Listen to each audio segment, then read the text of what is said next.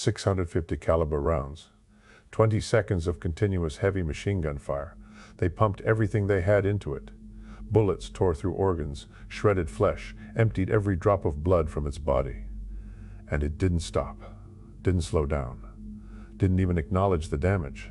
It just kept screaming, kept running, kept tearing through the entire squad, because they made one mistake. One fatal, irreversible mistake. They looked at its face. This is SCP-096, the shy guy. The creature that becomes unstoppable the second you see it. And today, I'm showing you the only way anyone has ever survived an encounter.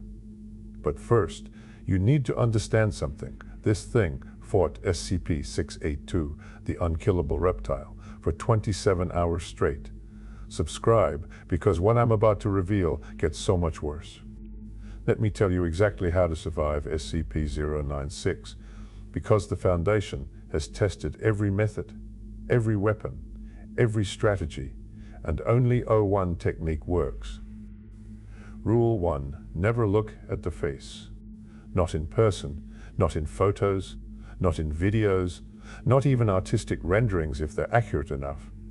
The moment any photon bounces off its face and reaches your eye, you're marked. You become SCP-096-1. You marked. You become SCP-096-1, the target, and nothing in this universe will stop it from reaching you. Here's what happens. The second you see it, SCP-096 will cover its face with its hands. It'll start screaming, crying, making sounds exactly like a distressed human. This lasts 1 to 2 minutes. You might think you have time.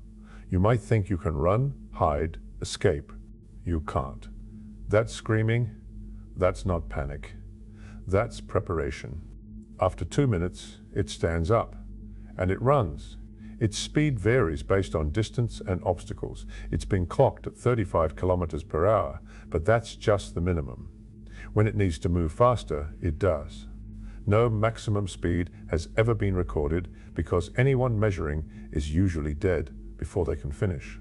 The Foundation's SCRAMBLE technology. The Foundation developed special goggles.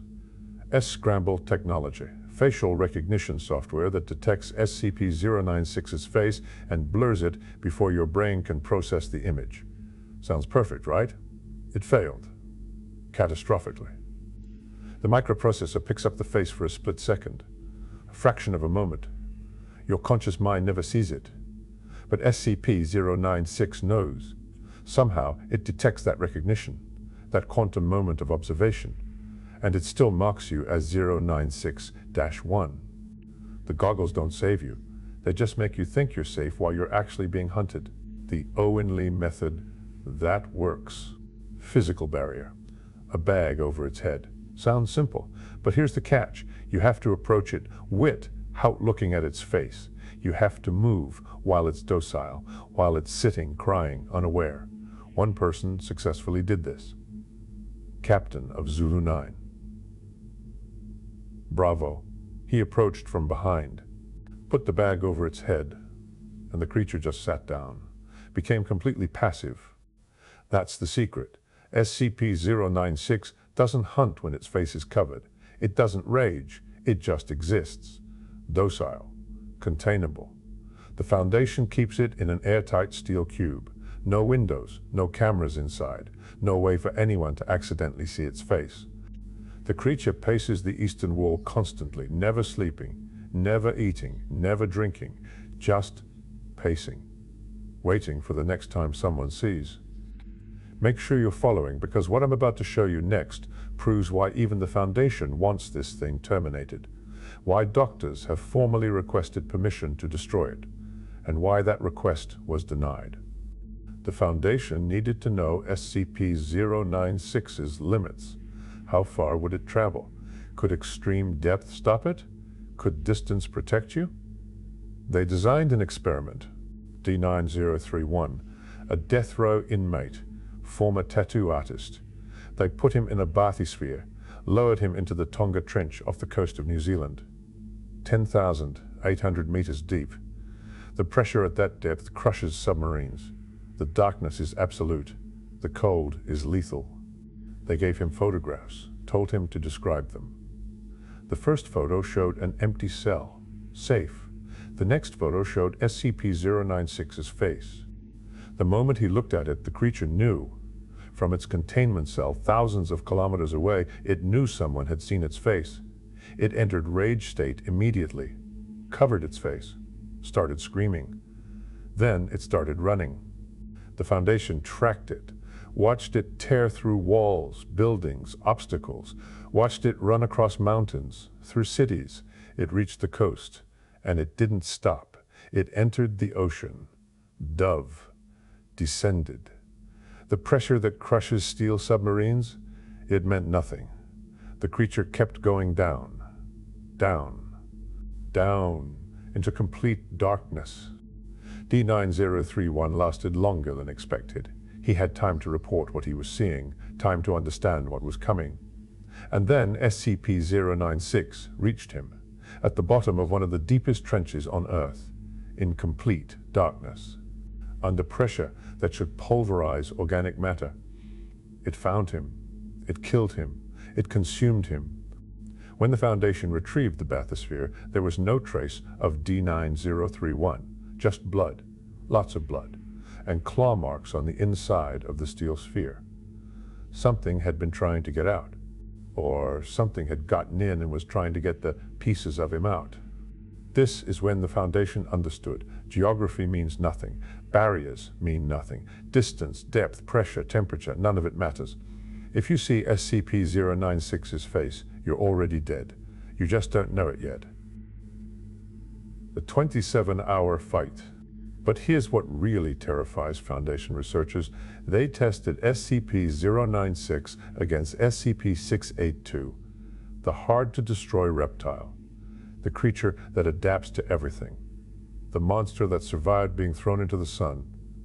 They put 096 in 682's cell, removed the bag, let 682 see its face. And then they sealed the room. 27 hours of continuous screaming. The walls shook.